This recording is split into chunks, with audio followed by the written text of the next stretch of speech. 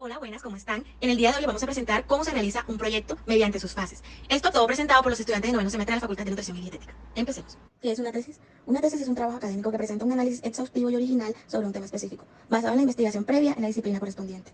Objetivo de la tesis. El objetivo de la tesis es contribuir al conocimiento y la comprensión del tema, mediante la identificación de un problema de investigación, la formulación de una hipótesis y la recopilación y análisis de datos para probarla. La tesis académica se compone de tres fases: la fase inicial, fase media, fase final. Fase inicial. La portada. Es la página de presentación de todo tipo de manuscrito o proyecto de investigación, que debe incluir la portada de una tesis. Debe incluir lo siguiente: título del trabajo, nombres y apellidos del alumno, nombres y apellidos del asesor, nombre completo de la universidad, facultad o programa, fecha y lugar. Dedicatoria. Son textos realizados con el fin de felicitar o agradecer a alguien que ha ayudado o ha resultado de inspiración para realizar la tesis. Suelen ser escritas al culminar la tesis con palabras, vivencias y sentimientos propios. Agradecimiento. Son una expresión de afecto que se ubica dentro de este trabajo. Está dedicada a las personas que contribuyeron de una u otra manera para que alcances tu objetivo. Resumen.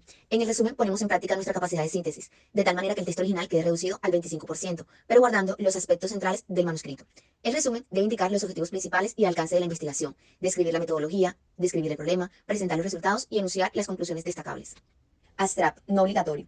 La página Abstract permite globalizar su proyecto. De esta manera, cualquier persona en otro país puede encontrar o usar de referencia su tesis de investigación.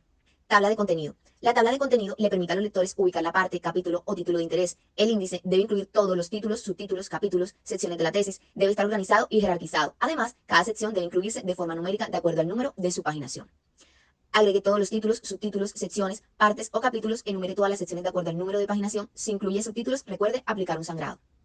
En cuanto a la introducción, esta es la encargada de introducir o adentrar al lector en el tema y objetivo del proyecto. Su función es ofrecer al lector toda aquella información, conceptos, datos contextuales, aclaratorias o marco general de la cuestión que pueda hacerle falta para ingresar con buen pie en el tema tratado. En él se habla del resto del trabajo, se adelanta información relevante, se advierten posibles debilidades o simplemente se explican las motivaciones detrás del proyecto. ¿Cómo se hace la introducción de un proyecto? Lo ideal a la hora de escribir una introducción es hacerse preguntas respecto al proyecto, como por ejemplo, ¿en qué contexto aparece el proyecto? ¿Qué lo motiva? ¿De dónde salió la idea? ¿Qué experiencias previas hubo? Si las hubo. ¿Qué objetivos se propone el proyecto y por qué son importantes? Entre otras preguntas. Errores comunes a evitar en una introducción, como por ejemplo, este trabajo tiene la finalidad de, o algunas otras fórmulas similares. Le dará al escrito la apariencia de un trabajo de primaria. Una buena introducción tocará sin duda el tema del cometido del proyecto, pero lo hará teniendo algo más que decir al respecto. No tener nada que decir, lo contrario de lo anterior, no es normal que una introducción ocupe apenas media cuartilla, pues eso sugiere que no tienes nada que decir. Lo mismo pasa si tus 3 páginas repiten lo mismo una y otra vez, empleando distintas palabras. La justificación consiste en una exposición detallada de los argumentos que validan la realización de nuestro estudio. Esta tiene lugar antes de comenzar con el desarrollo del trabajo. En la justificación debe quedar explícita la pertinencia, la relevancia, el interés y la actualidad del tema. ¿Cómo se empieza una justificación de un proyecto? Primero, un enfoque claro. Debes definir bien cuáles son las razones por las que realizas el trabajo y el motivo por el cual te decides hacerlo. Además, también debe ser una aplicación real. Asegúrate a sí mismo de que tendrá una aplicación real que puede ser útil para quien lo lea. Y por último, un objetivo específico. Para realizar el trabajo debes tener claro también qué es lo que quieres conseguir con él, es decir, tu objetivo. Objetivos. Los objetivos en una tesis deben ser claros, específicos, alcanzables y medibles. El objetivo general en una tesis explica de manera amplia y global qué es lo que se pretende alcanzar con la investigación en su conjunto. Es una declaración general que resume el propósito principal de la tesis. El objetivo general proporciona una visión general y orientadora de la investigación, estableciendo el tono y el protagonismo principal que guiará el desarrollo de la tesis. Objetivos específicos. Los objetivos específicos son declaraciones detalladas que describen las metas particulares que se persiguen durante el desarrollo de la investigación. Estos objetivos proporcionan una guía más detallada sobre qué acciones específicas se llevarán a cabo para realizar el objetivo general. En algunas de estas encontramos las acciones concretas, los aspectos a explorar, la metodología a emplear y el alcance temporal y espacial. El planteamiento del problema de investigación consiste en afinar y estructurar más formalmente la idea de investigación, desarrollando 5 elementos: objetivos, preguntas, justificación, viabilidad y evaluación de las deficiencias. Esta es una parte fundamental del proceso de investigación, pues determina y encausa todas las acciones que se seguirán posteriormente. La hipótesis es una idea que puede no ser verdadera basada en información previa. Su valor reside en la capacidad para restablecer las relaciones entre los hechos y explicar por qué se producen. Normalmente se plantean primero las razones claras por las que uno cree que algo puede ser posible y finalmente se pone en conclusión. Este método se usa en la rama científica para luego comprobar las hipótesis a través de los experimentos. Estado del arte. Es una de las primeras etapas que debe desarrollarse dentro de una investigación. Es la construcción del estado del arte, ya que permite determinar la forma como se ha tratado el tema, cómo se encuentra el avance de su conocimiento en el momento de realizar la investigación y cuáles son las tendencias existentes en ese momento cronológico para el desarrollo de la temática o problemática que se va a llevar a cabo. Marco metodológico. La formulación del marco metodológico en una investigación es permitir describir los supuestos del estudio que reconstruyen los datos a partir de conceptos teóricos habitualmente operacionalizados. Significa detallar cada aspecto seleccionado para desarrollar dentro del proyecto de investigación que debe ser justificado por el investigador, respaldado por el criterio de expertos en la temática, sirviendo para responder el cómo de la investigación. Se expone el tipo de datos que se requiere buscar para dar respuesta a los objetivos, así como la debida descripción de los diferentes métodos y técnicas que se emplearán para obtener la información necesaria. Ahora les hablaré acerca del marco teórico. El marco teórico se define como el ordenamiento lógico secuencial de fundamentos teóricos, libros, artículos, ensayos, revistas científicas, tesis, foros, páginas de internet, documentos oficiales, reportes de organismos y asociaciones, trabajos periodísticos, materiales auditivos tales como documentales, películas o programas de radio, testimonios de expertos procedentes de información obtenida de las fuentes bibliográficas fidedignas que giran alrededor del planteamiento del problema y que sirven de base fundamental para proponer soluciones relacionadas con la investigación. Esto todo debe ser apoyado por organizaciones profesionales o académicas. ¿Cómo debe elaborarse el marco teórico?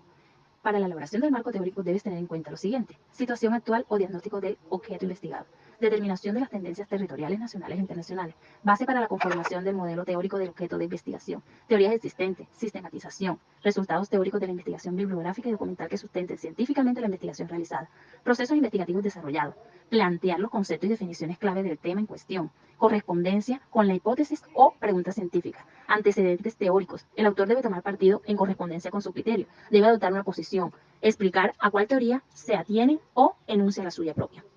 Conclusiones. Como su mismo nombre lo indica, las conclusiones son información concluyente producto de tu investigación. Son las respuestas sistemáticas de tu pregunta y se fundamentan en el capítulo de los resultados. Estas deben ser enumeradas mencionando someramente su propósito, los métodos principales, los datos más sobresalientes y la contribución más importante del estudio de la investigación. Las conclusiones deben ser breves, puntuales y no deben superar un párrafo. Se alcanzan los objetivos, responden las preguntas de investigación, contrastan la hipótesis con coherencia, deben ser directas, afirmativas y precisas y deben basarse en las evidencias disponibles como los resultados y los datos presentados. Las conclusiones no deben ser copia del contenido del resumen o de los resultados. La redacción debe ser propia. En la discusión hay muchas maneras de hacer que la sección de discusión de su manuscrito sea efectiva, interesante y revelante, pues la mayoría de las guías de redacción recomiendan enumerar los resultados de la investigación en orden descendente de importancia, pues no se querrá que los lectores se pierdan los resultados claves que se encuentran, por lo tanto es necesario priorizar y resaltar los hallazgos más importantes. Su discusión, en pocas palabras, es la respuesta a la pregunta ¿qué significan mis resultados? La sesión de la discusión del manuscrito debe seguir la sesión de métodos y resultados y proceder a la conclusión. Debe relacionarse directamente con la pregunta planteada en la introducción y relacionar sus hallazgos con la literatura que revisó en la revisión de la literatura. Para que la sección de discusión sea interesante, se debe incluir la siguiente información, pues las principales conclusiones de su investigación, la importancia de estos hallazgos, cómo relacionan estos resultados con los otros que han hecho, limitaciones en sus conclusiones, explicaciones de resultados sorprendentes, inesperados o poco claros y la recomendación para futuras investigaciones. En la discusión no deben incluir la siguiente información: los resultados o datos que figuran previamente en el archivo, conjeturas infundadas, preguntas irrelevantes o tus datos no respaldan la conclusión. En los resultados, la estructura del artículo puede variar según la disciplina, revisión y tipo de estudio. Nos encontramos en artículos donde los resultados y la discusión aparecen en dos secciones separadas, pero en algunos casos pueden estar combinados. La sección de resultados proporciona una descripción general del experimento y los datos resultantes se presentan en una sección lógica utilizando tablas y gráficas que correspondan. En general, los resultados incluyen los siguientes elementos: una introducción muy breve que replantea la pregunta de la investigación y ayuda a comprender sus hallazgos, información de recogida de datos, reclutamiento de participantes en ensayos clínicos. Es compartida para incluir una tabla inicial que resume las características demográficas, clínicas y otras características regulantes de los participantes del estudio. Descubrir sistemáticamente los resultados principales en orden lógico, normalmente en orden de métodos, destacando los resultados más revelantes. Otros resultados secundarios importantes como resultados secundarios o análisis de su grupo. Recuerde, no es necesario mencionar solo un resultado. Elementos visuales como gráficos, cuadros, mapas, tablas, etc. Y por último, en cuanto a la fase final, podremos decir que esta está conformada por las referencias bibliográficas o bibliografía, anexos y por último, recomendaciones. Las referencias bibliográficas o bibliografía es la clasificación y descripción de los documentos y fuentes informativos que nutren una investigación determinada. A la hora de investigar y generar conocimiento es importante ser lo más responsable y ético posible. Esto significa que debemos brindar toda la información necesaria, ya que la bibliografía permite al lector poder comprobar de dónde provienen los datos, ideas o referencias que incorporamos a nuestro trabajo y que no son de nuestra exclusiva imaginación. Pueden reproducir la trayectoria de nuestra lógica detrás de la misma investigación y comprobar. Además, también pueden acudir a las fuentes originales detrás de nuestro trabajo en caso de que les interese indagar en el tema. Los anexos constituyen una selección adicional a la organización del trabajo. Su finalidad es proporcionar información extra acerca del tema de estudio. Por lo tanto, es todo aquel material que sirve como complemento al trabajo y el tema de estudio, como artículos estadísticos, gráficas, fotografías, mapas, tablas, entre otros. Y por último nos vamos a encontrar con las recomendaciones. Este apartado de la tesis es aquel donde el investigador condensa aquellas sugerencias que se originaron durante el proceso de realización del estudio y que no se incluyeron como parte del texto final. Con el fin de que las recomendaciones de la tesis sean un punto de interés y con validez académica, se sugiere redactarlas teniendo en cuenta la siguiente clasificación. Primero, recomendaciones desde el punto de vista metodológico. Estas recomendaciones tienen que ver con dejar abierta la posibilidad de que en estudios posteriores se aborde el tema tratado en tu tesis empleando metodologías diferentes. Segundo, recomendaciones desde el punto de vista académico.